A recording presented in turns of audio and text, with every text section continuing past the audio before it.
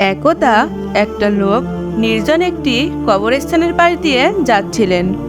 হঠাৎ সে খেয়াল করলো কবরস্থানের কোনো একটা কবরে একজন মহিলার আর্তনাদ শোনা যাচ্ছে। সে থামলো এবং খোঁজার চেষ্টা করলো কোন কবর থেকে এমন আওয়াজ আসছে। সে একটা নির্দিষ্ট কবরের কাছে এগিয়ে গেল, যে কবর থেকে ওই আওয়াজটি আসছে। আওয়াজটি হলো, আমাকে কেউ কবর থেকে তোলো, আমি জীবিত, আমি মারা যাইনি। প্রথমে লোকটি আওয়াজ শুনতে পেয়ে ভাবলো কবরের ভিতর থেকে কি করে শব্দ আসলো, কিন্তু বারবার যখন লোকটি একই আওয়াজ শুনতে পেল, ভয়ে আতঙ্কে দ্রুত স্থানটি পরিত্যাগ করলো। এরপর পার্শ্ববর্তী একটি গ্রামে চলে গেল। সেখানে গিয়ে সে কিছু লোকজন জড়ো করে বলল, ভাই, পাশেই যে কবরস্থানটি রয়েছে, ওই কবরস্থানের একটি কবরে একজন মহিলার আওয়াজ শোনা যাচ্ছে। আওয়াজটি হলো, আমাকে কবর থেকে বের করো, আমি জীবিত, আমি মারা যাইনি। লোকটির এইসব কথাবার্তা শুনে গ্রামের লোকজন প্রথমে বিশ্বাস করতে চাইল না। পরে নিজেরা সিদ্ধান্ত নিল, চলো তো দেখি সত্যি কিনা। নিজেরা সিদ্ধান্ত নিল। সবাই কবরস্থানে আসলো। নির্দিষ্ট সেই কবরের কাছে আসা মাত্র সবাই একই আওয়াজ শুনতে পেল। এবারে তারা নিশ্চিত হলো ওই লোকটি সত্যি কথাই বলেছে।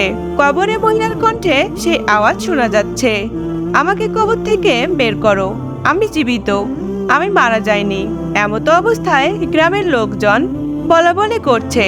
কি করবে, তারা কোনো সিদ্ধান্ত নিতে পারছিল না। তারপর সবাই একসাথে পরামর্শ করে সিদ্ধান্ত নিল যে গ্রামের সবচাইতে বড় যে আলেম, তার কাছে যাবে। তিনি যে সিদ্ধান্ত দেবে তাই হবে। সকলে মিলে তখন সেই ইমাম সাহেবের কাছে গেল। ইমাম সাহেব সবকিছু শুনে বললেন, আপনাদের যদি মনে হয় কবরের ভিতরে জীবিত কেউ আছেন, তাহলে অবশ্যই আপনারা কবর খনন করতে পারেন। ইমাম সাহেবের কথায় সকলে মিলে কবরটি খনন করার সিদ্ধান্ত নিলেন। এরপর প্রস্তুতি নিয়ে সকলে কবরটির কাছে গেল এবং কবর খুঁড়তে শুরু করলো। কবর খোঁড়ার পর তারা দেখতে পেল কবরের ভিতরে একজন মহিলা উলঙ্গ অবস্থায় বসে আছেন। তার শরীরে কাফনের কাপড় ছিন্ন ভিন্ন হয়ে আছে এবং মহিলাটি বলতে শুরু করলো, তাড়াতাড়ি আপনারা আমার ঘর থেকে আমার জামা কাপড় নিয়ে আসুন, আমি কাপড় পরে বাইরে বের হব। তারপর লোকজন তাড়াতাড়ি সেই মহিলার ঘর থেকে কাপড় নিয়ে আসলেন। তখন মহিলাটি কাপড় দিয়ে মুখ লুকিয়ে অনেক ভয় পেয়ে তাড়াতাড়ি সেখান থেকে তার বাড়িতে চলে গেল। মহিলাটি ঘরে ঢুকে তাড়াতাড়ি ঘরের দরজা বন্ধ করে দিল। অতঃপর উপস্থিত লোকজনরাও তার পিছু পিছু তার বাড়িতে চলে আসে এবং তারা দেখতে পেল মহিলাটি ভিতর থেকে দরজা বন্ধ করে দিয়েছে। লোকজন দরজার সামনে গিয়ে দরজা খুলতে বলল, কিন্তু মহিলাটি ঘরের ভিতর থেকে বলল, না, আমি দরজা খুলবো না, কারণ আমার অনেক ভয়ঙ্কর অবস্থা, আমাকে দেখে কেউ সহ্য করতে পারবেন না। তখন মহিলার কয়েকজন আত্মীয় স্বজন বলল, দরজাটা খোলো, আমরা ভিতরে ঢুকবো, আমরা তোমাকে দেখতে চাই। তখন মহিলাটি চাদর দিয়ে মুখ ঢেকে দরজা খুলল। আত্মীয় স্বজনরা বলল, তোমার মুখ থেকে চাদরটি সরাও, আমরা তোমাকে দেখতে চাই। এই কথা শুনে মহিলাটি মুখ থেকে চাদরটি সরিয়ে নিল। তারা দেখতে পেল মহিলাটির মাথায় একটা চুলও নেই। তখন তারা বলল, তোমার মাথার অবস্থা এমন কেন? মহিলাটি বলল, আমার জীবনে আমি কোনোদিন মাথায় কাপড় দেইনি, সবসময় খোলামেলাভাবে চলাফেরা করতাম।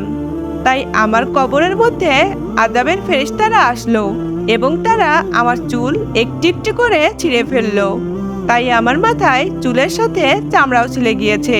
মহিলাটির মুখে দাঁত ছাড়া আর কোনো কিছুই ছিল না, এমনকি ঠোঁটও ছিঁড়ে ফেলা হয়েছে। যদি কোনো মানুষের মুখে শুধুমাত্র দাঁত থাকে তাহলে তাকে কেমন ভয়ানক লাগবে। যাই হোক, তারপর আত্মীয়রা তাকে আবার জিজ্ঞেস করলো, তোমার ঠোঁটের এই অবস্থা কেন? মহিলাটি উত্তর দিল, আমি ঠোঁটে লিপস্টিক লাগিয়ে লোকজনদের সামনে যেতাম, তার জন্য শাস্তি স্বরূপ আমার ঠোঁট দুটিকে কেটে নেওয়া হয়েছে। তারপর মহিলাটি হাত আর নখ দেখালো। তখন সবাই বলল, তোমার হাত পায়ের নখগুলো কোথায় গেল?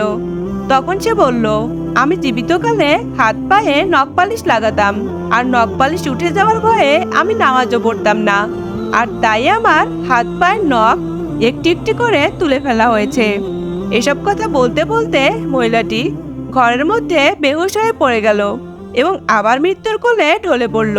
পর লোকজন আবারও মহিলাটিকে কবর দিল। বন্ধুরা, আল্লাহ তাআলা এইসব ঘটনা ঘটানোর কারণ হলো আমাদেরকে সতর্ক করার জন্য, বিশেষ করে নারীদের সাবধান করার জন্য।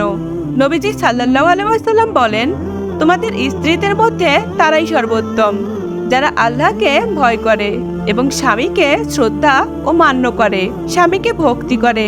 আর সবচেয়ে মন্দ তারাই যারা বেপরদাভাবে চলাফেরা করে, এরা হলো মুনাফিক।